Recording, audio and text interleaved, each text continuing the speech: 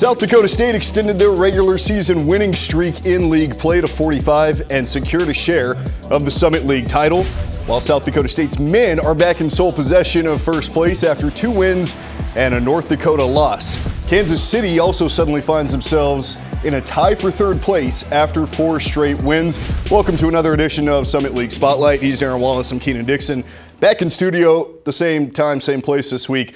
A special shout out to Denver's swimming programs on winning the Swim and Dive Championships in Minneapolis over the weekend. 11th consecutive swimming and diving title for Denver's women program. 10th in the last 11 years for the men. The indoor track championship was in Fargo this weekend, and North Dakota State's women defended their home turf to win. South Dakota's men won again this year. Let's talk hoops. We are 9 days away from the start of the Summit League tournament right here in Sioux Falls. South Dakota State's women have locked up the top seed for the tournament with their wins over the weekend. So even if they lose both this weekend in North Dakota and North Dakota State, and the Bison win both of their games, it will go to the third tiebreaker, which is a head-to-head with the third place team, Oral Roberts, who the Jackrabbits swept and North Dakota State split with. So South Dakota State will get the top seed. The Jackrabbits men's team has not secured anything, but they do control their destiny with probably 2 games that are the toughest on their schedule coming up on the road at North Dakota and North Dakota State.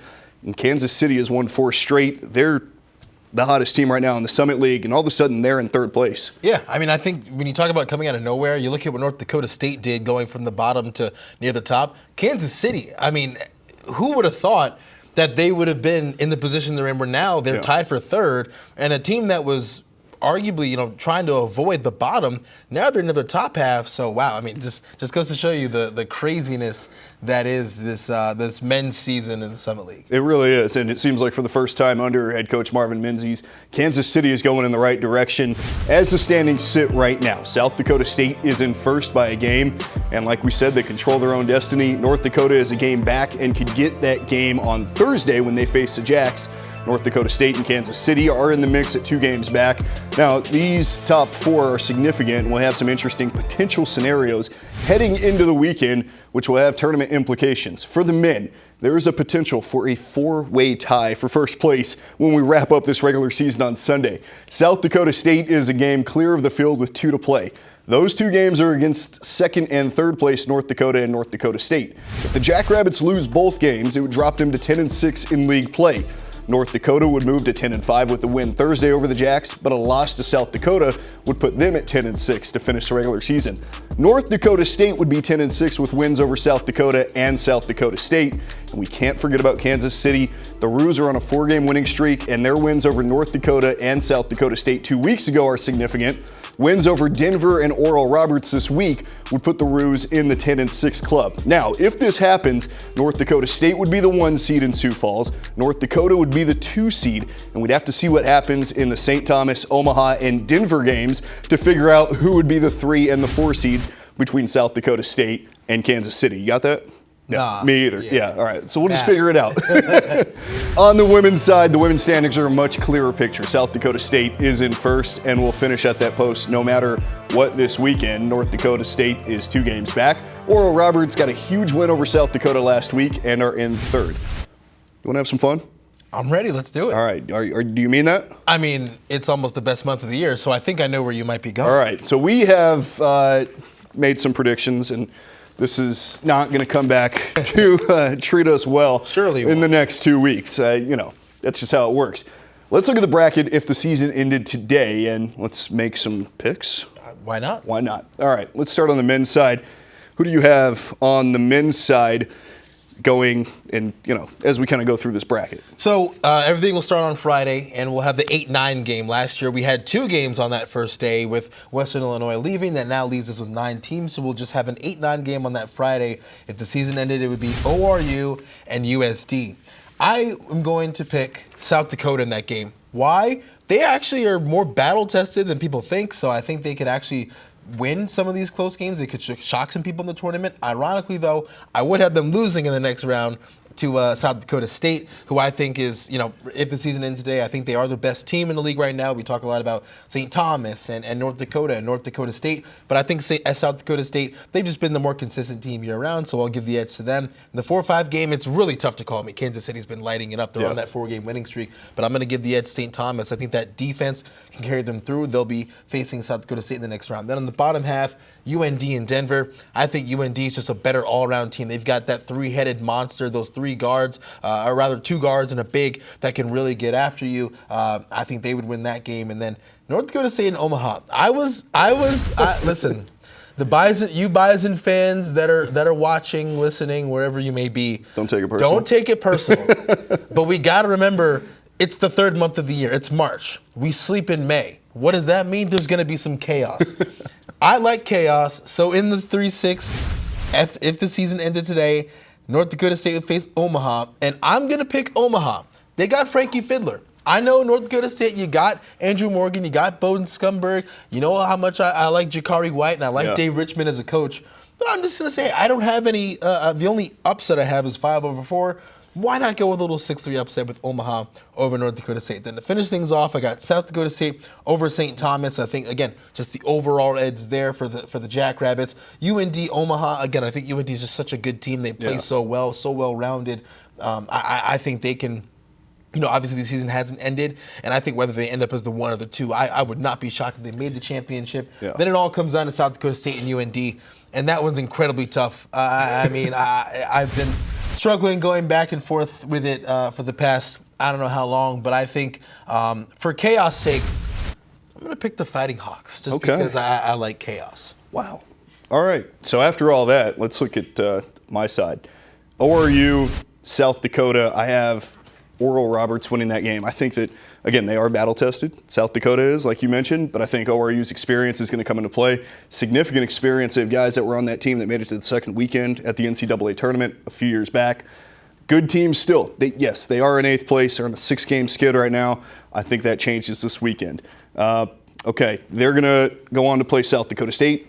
I have South Dakota State winning that game. Again, I think they're just a better team. I think overall, top to bottom, the guys that they put on the court, they go with a little shorter bench than ORU does. I think that's going to come away and help them in March. Kansas City and St. Thomas, I have St. Thomas winning that game as well. I think St. Thomas's defensive consistency is difficult to overlook. They're one of the most consistent shooting teams in the Summit League overall, between the three-point and expected three-point percentage and everything that goes into that analytically. North Dakota and Denver, I have North Dakota winning that game. Again, a very good team defensively. Defense does travel. All right. North Dakota State, Omaha. I also have Omaha winning that game.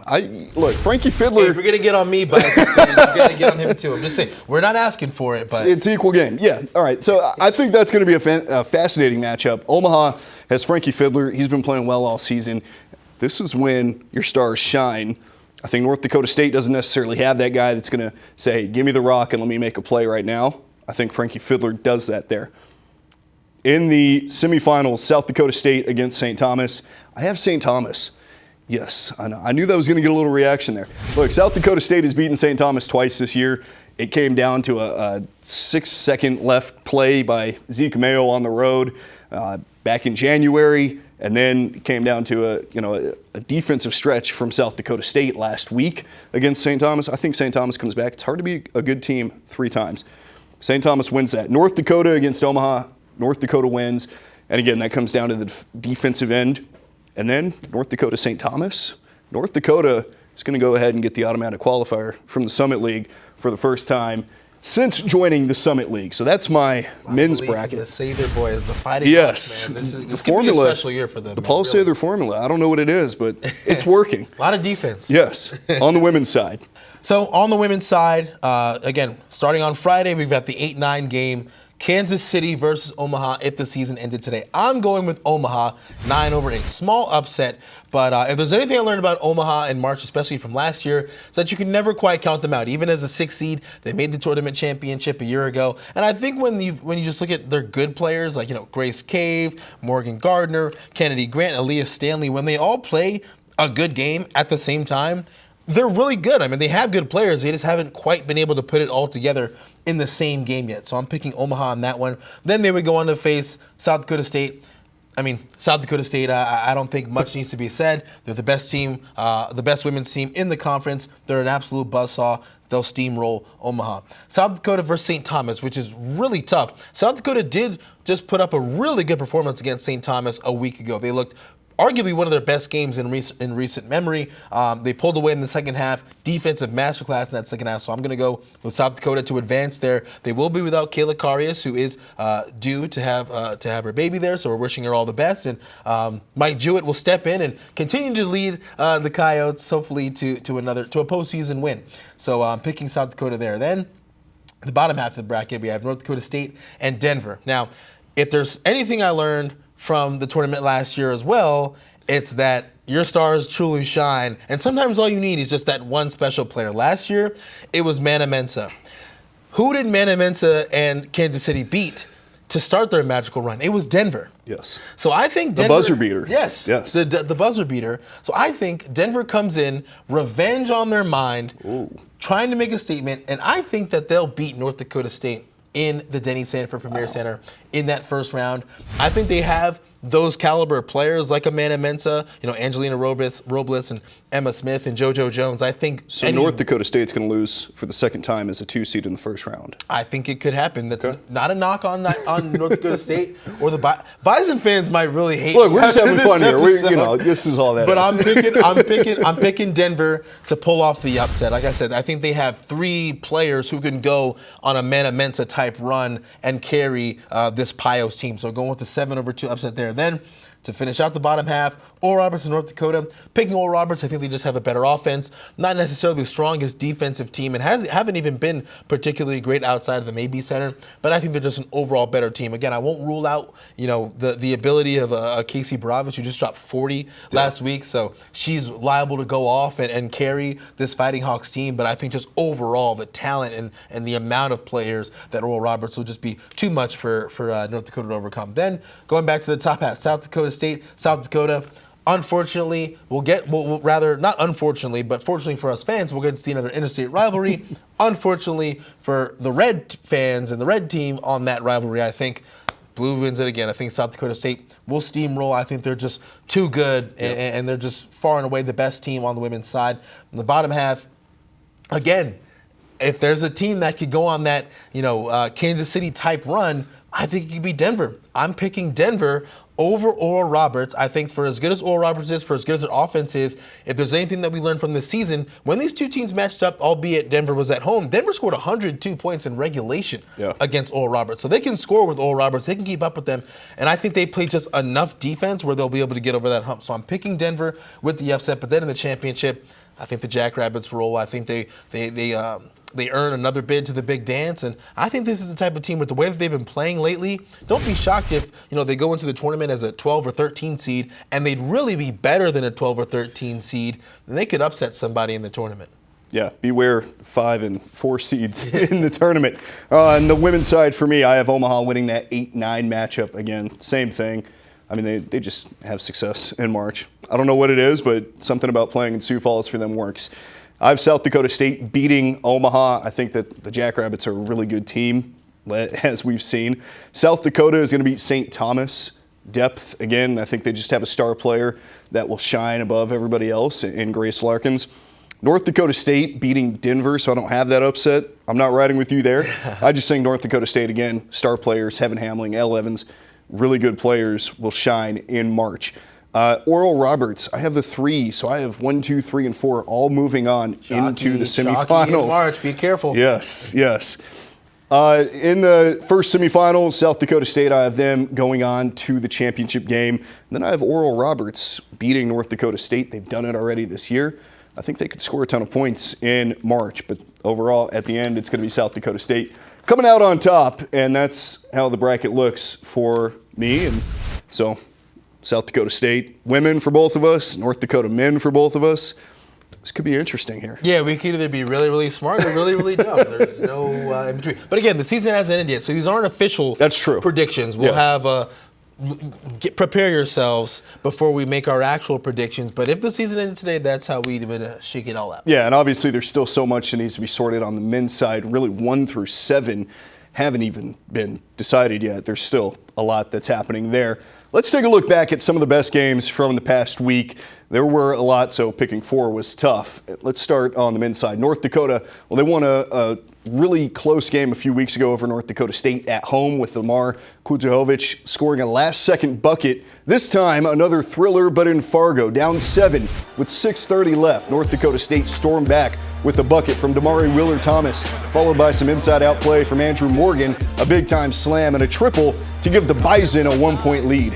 North Dakota State outscored North Dakota 19-7 in that final 6+ minutes to secure their major 73-68 win over the then first place Fighting Hawks. Andrew Morgan scored 27 on 11 of 15 shooting from the field to lead all scorers. A big win for North Dakota State. Yeah, much needed, especially, you earn the split, the rivalry game. I think when you look at just the way that North Dakota State, the resolve that they showed, they trailed by 7, about getting close to that 6:30 mark, like you mentioned, and it was like immediately the Bison just came storming back. They never wavered, they never faltered. The crowd kept them in the game. It was a super entertaining game. I loved watching every second of it. Huge credit to the Bison and a much needed win as they continue to surge forward in the standings. But also on the men's side, we had another barn burner of sorts. The bottom 2 teams on the men's side of the Summit League linked up for a Saturday afternoon matchup, and in typical South Dakota fashion, they found themselves in a game that came down to the final moments. Keenan, in the first half, ORU created some separation thanks to shooting 55% in the first half. Isaac McBride did his part to contribute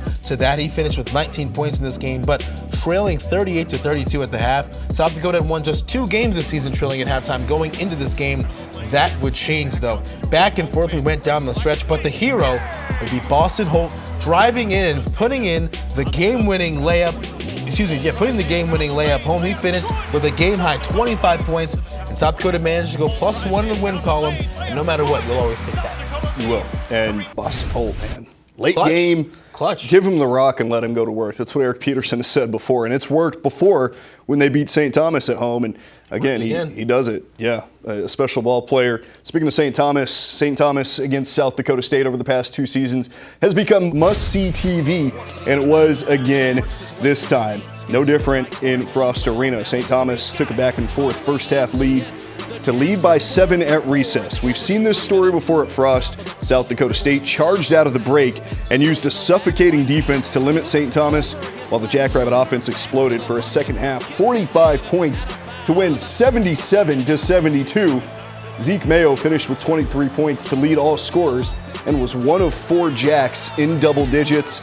A special performance from Zeke Mayo again, and a special night for the Jackrabbits, the last game that the men will play in what's called Frost Arena. Yeah, and it's a little more impressive when you remember Zeke did go down. He was dealing with a little bit of a back injury. He did sub out of the game, came back in, but he was kind of reaching for his back, was dealing with that. So we'll see if that maybe affects him moving forward. But still impressive. I mean, South Dakota State really anchored down on defense down at the end. And I asked Eric Henderson, I said, does it feel kind of fitting that in your last game inside Frost Arena as we know it, right? Yeah. You win a game with your defense, and you close it out that way. And he said, yeah, I mean, there's just no better way to do it. He's a defensive guy. Credit to him for and his defense for the way that they were able to close out the game. And also on the women's side, South Dakota State and St. Thomas played, and it was another day, another dollar for the Jackrabbits as they clinched another Summit League Conference regular season title, make it 45 straight regular season conference wins.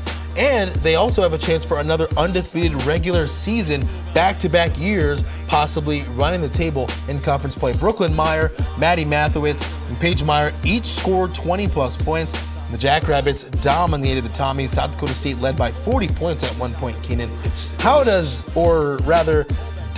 anyone stop the buzzsaw that is South Dakota State? Well, you heard our bracket predictions earlier. The answer is I don't think anybody can. I mean, they're just so consistent and so good, and the brand of basketball they play is hard to beat. Their defense is one of the best in the Summit and really one of the best in the country, as we've seen it over the years. And I mean, for Aaron Johnston, the coaching that he has done this season has been very impressive, and we've talked about this might be his best coaching job in recent history because of all the injuries and all the adversity that they've had to overcome. But we heard him last week, and he talked about it's more than just a player going down. It's a human that's having their season stripped away from them. So they've rallied around that, and I mean, we've seen players step up and literally walk-ons. Yes. Joining the team. Tori Tollefson and Isabel Asoff. I mean, they've made valuable contributions to the team, whether it be in practice or even more so Tollefson actually getting into the games and making a real impact. Yeah, it's very impressive. Let's talk X Factor. Speaking of Tollefson, who stepped up last week on the men's side for you and really caught your eye? Well, you mentioned him in the highlights. For me, it's Damari Wheeler-Thomas. I mean, my X factors are never going to necessarily wow you in terms of just, scoring 20, 30 points. Those aren't really X factors. Those are really stars contributing. Now, if an X factor does go off for 30, I'm going to comment on it. But Damari Wheeler-Thomas, he shot over 60% from the field. He's 6 feet tall. I mean, he made clutch bucket after clutch bucket. He started the run when North Dakota went up by 7 points down there in the second half. He started that run before Andrew Morgan scored 5 straight points. Damari Wheeler-Thomas was clutch for the Bison all week. He was what they needed when they needed it. So I'm giving my X Factor of the week to Damari Wheeler-Thomas. All right, and then on the women's side, who was that player that stepped up? For me, again, Jaylee Oglesby. I mean, she comes off the bench. She averages nearly 14 points a game, scored 12 on Thursday, 18 on Saturday in a big win.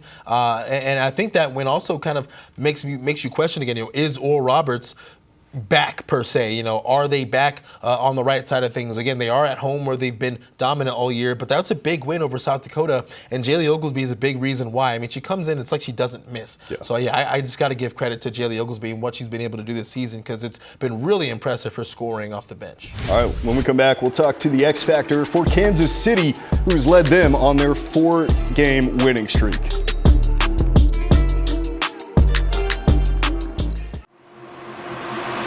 Get ready, we're ballin'.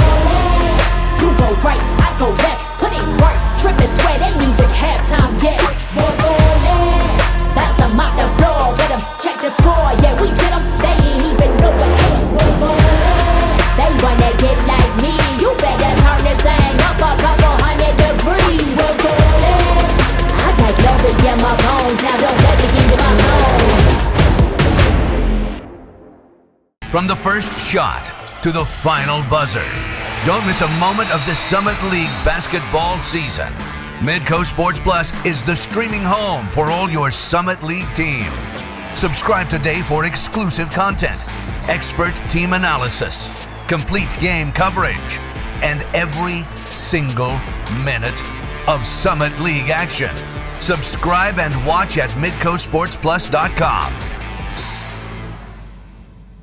The Ticket Smarter Peak Performers of the Week are Kansas City's Jamar Brown and South Dakota State's Paige Meyer. Both players led their teams to 2 wins last week with their dominant performances.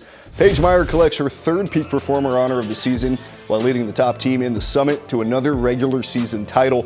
The Jackrabbit Jr. had 17 points and 8 rebounds in Thursday's win over Denver, then added 23 points and 9 dimes in Saturday's title-clinching win over St. Thomas.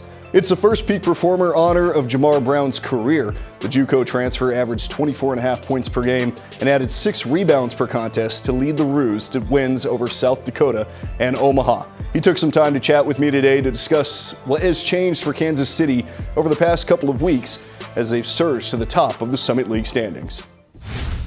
What has happened this season for you personally that has allowed this kind of shift in momentum? I would say it's kind of just the transition from, the junior college level to the Division I level. I feel like I've kind of adapted to, the speed of the game. Over the year, towards the beginning of the year, I was kind of struggling a little bit, trying to find my way through the offense and, just the speed of the game, defensively. And as a team, I mean, you guys have really come out of nowhere. It seemed like you were down in the bottom half of the league all season. And obviously, this league has been so jumbled up all year. But What has happened over the past couple of weeks? You guys have won 4 straight. You've won 6 of your last 8 to all of a sudden find yourself in 3rd place. So we've kind of been, emphasizing, defense as our, main key to, winning these last couple of games. We've tightened up playing, team defense instead of like kind of towards the beginning of the season we were kind of playing a little bit selfish, kind of playing individual defense. Kind of in the middle of the season, our teammate Jason Petty, he mentioned to the team that, you know, we're building for March, and, you know, just gradually getting better and better every day. And, you know, Coach Marvin, you know, he emphasizes that every day to us. You know, once that tournament time comes, you know, we got to just be able to play to the best of our ability. Get ready, we're ballin'. You go right, I go left. Put in work, drip and sweat, ain't even halftime yet. We're ballin'. That's a mop the floor. Get 'em, check the score. Yeah, we get 'em. They ain't even know what hit 'em. We're ballin'. They wanna get like me. You better turn this thing up a couple 100 degrees. We're ballin'. I got glory in my bones. Now don't let me into my zone. From the first shot to the final buzzer, don't miss a moment of the Summit League basketball season. Midco Sports Plus is the streaming home for all your Summit League teams. Subscribe today for exclusive content, expert team analysis, complete game coverage, and every single minute of Summit League action. Subscribe and watch at midcosportsplus.com. Here we go. 8 games on Thursday, 7 on Saturday, and 1 on Sunday to cap off this thrilling Summit League regular season. All 16 games will be on Summit League Network right here. Let's check out that men's schedule for Thursday. Omaha heads to St. Thomas. North Dakota State goes to South Dakota. South Dakota State visits North Dakota for what could be the game of the day, and Kansas City goes to Denver. On the women's side, North Dakota goes to South Dakota State. South Dakota to North Dakota State. St. Thomas visits Omaha, and Denver goes to Kansas City. Again, all games this week will air on Summit League Network. Omaha against St. Thomas on the road for Omaha. Frankie Fiddler against Parker Bjorklund, Drake Dobbs, kind of a combination group for St. Thomas, but St. Thomas is really good still. Yeah, I mean, that defense is probably the best in the Summit, one of the best, if not the best. But and good defense often makes good offense tough to produce. But I think Frankie Fiddler is one of those players where he's good enough to overcome that good defense. I mean, you've seen him against South Dakota State. His numbers don't veer too far away from what he's been doing all season long. So should be a tough matchup, and we'll have a lot of implications for the final standings. We'll have major implications on tiebreakers and everything else that could be possible. Like we talked about earlier in the show, this one has major implications. North Dakota State against South Dakota. If NDSU wants a shot at the 1 seed, it starts against South Dakota on the road. Yeah, and South Dakota is one of those teams who's been they've been tough. Like, you know, like I said before, like they aren't just getting beat by everyone. You probably see their spot in the standings and think, oh, they're just getting killed by everybody. They've had a few of those games, but most of their games, they come down to the wire, and they've just been struggling to close. I mean, this team is so talented. It's confusing almost when you look at just how their record has gotten to the point that it's at. But I think that if, you know, they can carry that momentum from their close win against Oral Roberts, they should be able to maybe surprise some people. But North Dakota State, you know, they'll have a tough task trying to beat this Coyote team on the road. South Dakota State at North Dakota. Difficult environment to go up there and play in the Betty for South Dakota State, especially with the year that North Dakota has been having. Yeah, and I mean, again, coming off the loss to your rival, you know, you're fighting for that first place spot. So you lose your first place spot, and now you get a chance to get it back against the team that took it from you, and also against a team that kind of took it to you the last time that they played, albeit really early in the Summit League season. And then really since Ian Acho became eligible for North Dakota, this has been a completely different team. He adds that extra dynamic to their offense, to their defense, that length, that versatility. So it should be a really, really good one. As good as that game was in Fargo, this game has a chance to be possibly even better. Yeah, and Tyree Iheanacho, a key player for the Fighting Hawks, was ineligible to start the season because he transferred back to North Dakota after playing the last couple of years at James Madison. Kansas City at Denver. Denver is fighting to stay out of that bottom 2. They don't want to play Friday. They kind of control that destiny right now. Yeah, this is a team that, I mean, man, you talk about maybe a fall from grace, perhaps. I mean, this was a team that we were talking about could have been one of the top teams in the Summit this year. You had the leading scorer in the nation in Tommy Bruner, but they've really they've lost themselves a little bit. I think there's a chance to get right. It's against a really hot Kansas City team who, you know, like we talked about, has won 4 straight. Jamar Brown, winning peak performer of the week. He's playing extremely good basketball, but went over 20 points in both games last week. Yeah. So if there's a chance to get right, now's the time for Denver in the Mile High. On the women's side, North Dakota at South Dakota State. South Dakota State, I mean, they don't need any help because they've already secured that 1 seed, but an outright Summit League title could be secured if they win on Thursday. Hey, it's the first of their last 2 in Frost Arena. Why not give the fans, just something to feel good about as they close out the year? No concerns for the Jackrabbits there. They continue to roll. Dominant, best team in the Summit by far. South Dakota at North Dakota State. An interesting matchup because South Dakota's coming off that loss last week against Oral Roberts. They're trying to bounce back. North Dakota State is still hanging on to that 2nd spot, and they've already secured that 2 seed. But they want momentum going into next week. Yeah, this will be a telling game too. South Dakota struggled against South Dakota State, but North Dakota State's that team that has competed well with South Dakota State, hasn't been able to win, but has competed well. So this will be another test for South Dakota. Are you the contender that we think you are? I think this will be a very telling game for South Dakota, but also a chance for North Dakota to make a statement and say, hey, you're not in our tier yet. St. Thomas at Omaha. St. Thomas looking to continue and better their position in the Summit standings. They're right there. A couple of wins and they could be in the top 4. Yeah, St. Thomas, they're just they're not out of the mix yet where they can get into that top 4 and maybe get a more favorable matchup. Yeah. You want to avoid playing those tougher teams earlier if you can. Ruthson, right now they're going through a bit of a tough stretch, but if there's one thing that she says about her team, it's that they're resilient and that they continue to fight. Bit of a chance for a get-right game perhaps against Omaha, but Omaha has been tough this year at home, so definitely won't be an easy game. And they've been tougher as of late as well. So some difficult road games for teams going down I-29. Denver at Kansas City. Again, 2 teams that are kind of toward the bottom, but both battling to stay out of that Friday matchup. Yeah, and Denver's one of those teams, we talked about it earlier. I think they have that Cinderella feel, not in the sense that they're at the bottom like Kansas City was a year ago, but I think they have that super high ceiling where when they're hitting shots, I mean, even Aaron Johnson said it, playing them at their place last week, when they're rolling and they're hitting shots on offense, they're one of the more dangerous teams in the conference, and that's high praise coming from a coach like him. So they have that type of ability where, when their offense is going, they can put up a bunch of points, and they're, again, fighting to stay out of playing on that first night. So I think if they want to do that, it starts against KC. That's why Denver's making a little run in your bracket, right? Because they can score. Line it up, man. Well, that's Thursday's slate of games. Again, all games are airing on Summit League Network. Sign up today if you haven't. You'll miss out on Summit League tournament as well next week. We have a lot of games on there. Sign up at summitleaguenetwork.tv. And, of course, you can get your tickets for the basketball tournament, which starts in 9 days. Yeah, it's right here. I mean, this is, whew. You can smell it. Come on now. Yeah, get your tickets at thesummitleague.org/tickets.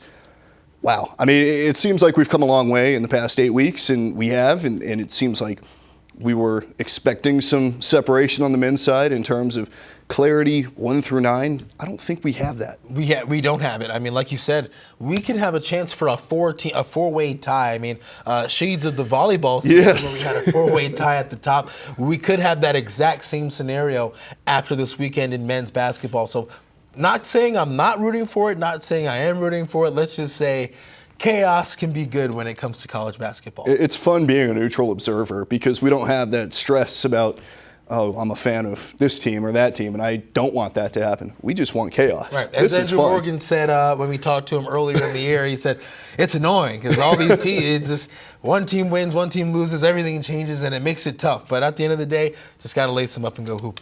Got to lace them up and go hoop. We'll see you on Thursday, 8 games. Again, on Thursday, 7 on Saturday, 1 on Sunday to wrap it up. And that'll be Kansas City at Oral Roberts, and that could secure that 4-way tie on the men's side.